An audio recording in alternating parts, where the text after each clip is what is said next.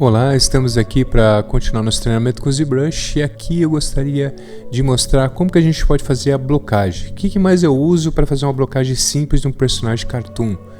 Tá? Aqui em Document eu vou fazer uma mudança do back, que é o fundo aqui. Vou acrescentar uma sphere. Essa sphere a gente precisa fazer um Polymesh 3D. Ok? Então eu vou clicar aqui, escolher Sphere, a esfera, desenhar, clicar no botão Edit, aqui ó, Make Polymesh 3D, vou colocar uma cor e um material primeiro, um Basic Material, vou aqui em Color e vou assinalar esse material no objeto, tá? Vê que está o M ligado para assinalar o material, senão não dá certo. Agora a cor eu tenho que utilizar o RGB. Vou salvar aqui primeiro, Save As. Bom, uma vez salvo agora eu posso adicionar cor se eu quiser, ou manter o tom de cinza também se quiser, tá? Vou fazer aqui uma Scale nele, vou puxar um pouquinho mais alongado, posicionar no meio. Então eu alongo, faço um alongamento com a Scale. Deixa eu ligar o Floor, para mim ter uma ideia de frente e costa, o eixo Z, liguei o eixo Z, se quiser ligar o eixo X também na lateral pode ligar, mas eu gosto de utilizar o eixo Z, que é o fundo ali, né? Aqui eu vou usar o Clip para poder fazer um corte, ó, meio transversal, e um outro corte aqui embaixo. Posso mudar a ferramenta aqui para a ferramenta Move, ou escolher qualquer uma outra, utilizando essas letras, ó, por exemplo, o Dummy Standard, né? Eu vou com a ferramenta Move, vou dar uma Scale nela com S, né? Um Scale para ampliar o brush. E aqui eu vou manipulando as laterais dela para que a gente consiga dar uma encostada mais na malha, achatar um pouco mais a malha. E buscar o formato de repente que seja o corpo do personagem, se você quiser, tá? Depende muito do que você for fazer, o corte é diferente, a forma que você vai modelar também é diferente, tá? É só para te mostrar aqui o que eu uso para fazer a base mesh do personagem. Essa base mesh, cada um tem um jeito de fazer, então só estou te mostrando e você de repente escolhe a maneira que você quer manipular essa malha. Diminuir um pouquinho a intensidade do pincel, né? Para não ficar um pincel muito agressivo. Eu posso trabalhar com Clay aqui, adicionando um pouquinho mais de volume e com o Shift pressionado suavizar esse volume, tá? Diminuir um pouquinho também o Smooth, para ficar um suavizado um pouquinho mais tranquilo, né? Não ficar tão agressivo.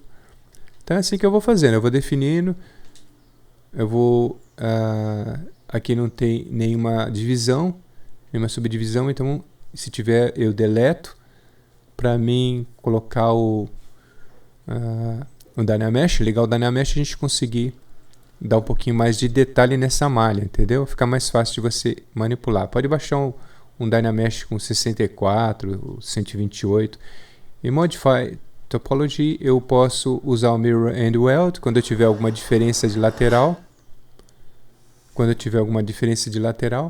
Mas tem que deletar, tá, a divisão. Mirror and Weld. Aí você tem essa subdivisão no meio, você pode tirar ela com o Smooth. É tranquilo essa parte aqui para você fazer, mantendo a malha, a proporção dos dois lados, né? Então, como se fosse o corpo aqui do cartoon. Aí eu uso o Dummy Standard para poder dar um volume aqui. Ele é um pincel de subtração, né? Então, já deixo a subtração ligada. Faço a subtração aqui, depois faço uma adição com ele apertando a tecla Alt.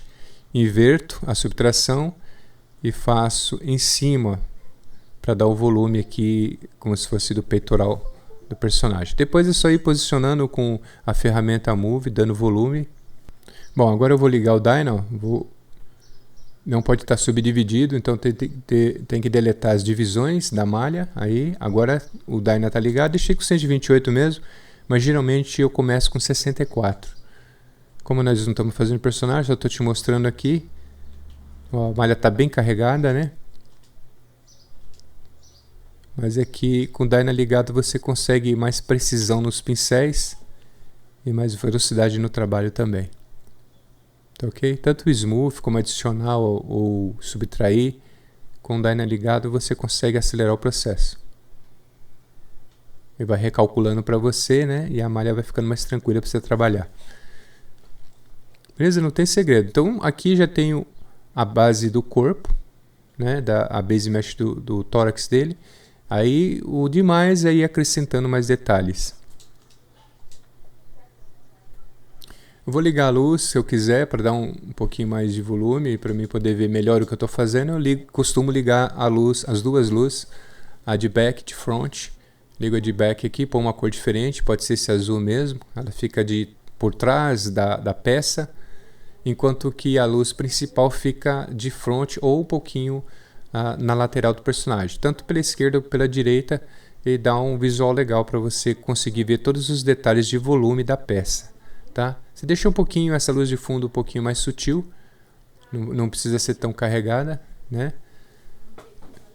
Posso colocar a light aqui pro lado para poder manipular melhor. É só para, não é uma luz para render ainda, é só para você realmente ter uma visão melhor na tela, tá? Eu costumo fazer isso daqui. E quando você for renderizar também é quase o mesmo processo de iluminação. Eu geralmente costumo renderizar com 2 pontos de luz, mas você pode renderizar até com 3 ou mais pontos de luz. Depende do render que você for fazer, depende da cena também. Eu vou ligar o RGB para poder adicionar uma cor, se eu quiser colocar cor, né? Então eu posso pegar uma cor qualquer e adicionar nessa peça. Não precisa fazer essa peça, só observando. Se quiser fazer, pode fazer, né? Para ir treinando é legal.